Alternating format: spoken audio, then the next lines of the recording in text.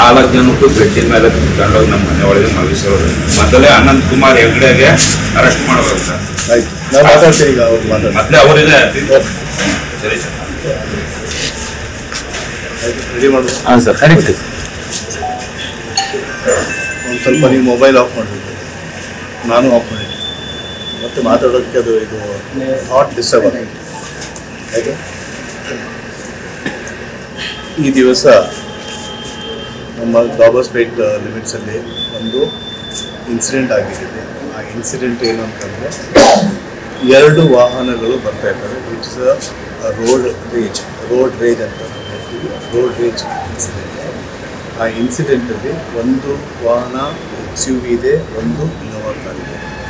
XUVಯಲ್ಲಿ ಇರುವಂಥದ್ದು ಇನೋವಾದಲ್ಲಿ ಇಬ್ಬರ ಮಧ್ಯೆ ಒಂದು ಅವರು ಹಿಂದೆ ಬರ್ತಾರೆ, ಅವ್ರು ಮುಂದೆ ಬರ್ತಾರೆ, ಒಂದು ಸ್ವಲ್ಪ ಡಿಸ್ಟರ್ಬೆನ್ಸ್ ಆಗಿರೋದ್ರಿಂದ ಗಾಡಿಗಳನ್ನ ಸೈಡಿಗೆ ತಗೊಳ್ತಾರೆ.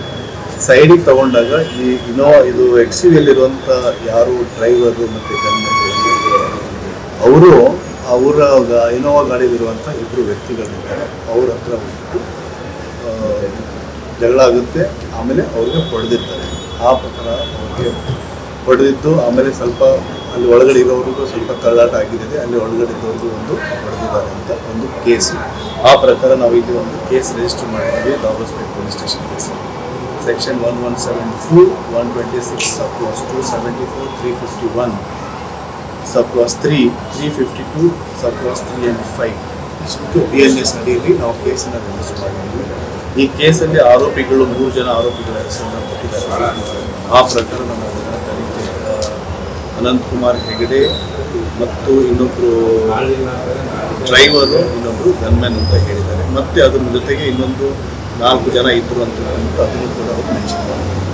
ಇಷ್ಟು ಈ ಡೀಟೇಲ್ಸ್ ಇದೆ. ಇದನ್ನು ಫರ್ದರ್ ಈಗ ಫಸ್ಟ್ ನಾವು FIR ಮಾಡಿದ್ದೀವಿ. FIR ಆದ ನಂತರ ನಮ್ಮ ತನಿಖಾಧಿಕಾರಿಗಳು ಅದನ್ನು ಕಂಟಿನ್ಯೂ ಮಾಡ್ತಾರೆ. ಆಮೇಲೆ ಇದರೊಳಗೆ ಇರುವಂಥದ್ದು ಏನು ಇದೆ ಅತ್ಯಂತ ಸೀರಿಯಸ್ ನಾವು ಕೇಸನ್ನು ಗಂಭೀರತೆಯಿಂದ ನಾವು ತಗೊಂಡು ಕೇಸ್ ರಿಜಿಸ್ಟರ್ ಮಾಡಿದ್ದೀವಿ. ಎಲ್ಲ ಸೆಕ್ಷನ್ಸ್ ಕೂಡ ಆ್ಯಡ್ ಮಾಡಿದ್ದೀವಿ. ಅದೇ ರೀತಿ ತನಿಖಾನೂ ಕೂಡ ನಾವು ಈಗ ಶುರು ಮಾಡ್ತೀವಿ. ಆ ಪ್ರಕಾರ ಫರ್ದರ್ ನಿಮಗೆ ಮತ್ತೆ ಅಪ್ಡೇಟ್ ಮಾಡ್ತೀವಿ. ಇದರೊಳಗೆ ಏನೋ ಇಂಜೂರಿ ಏನು ಆಗಿದ್ದಾರೆ ಅವರು ತುಮಕೂರು ಆಸ್ಪತ್ರೆಗಿದ್ದಾರೆ. ಅದಕ್ಕೆ ಫಸ್ಟ್ ನಾವು ಇಂಜೂರ್ಡ್ಗೆ ನಾವು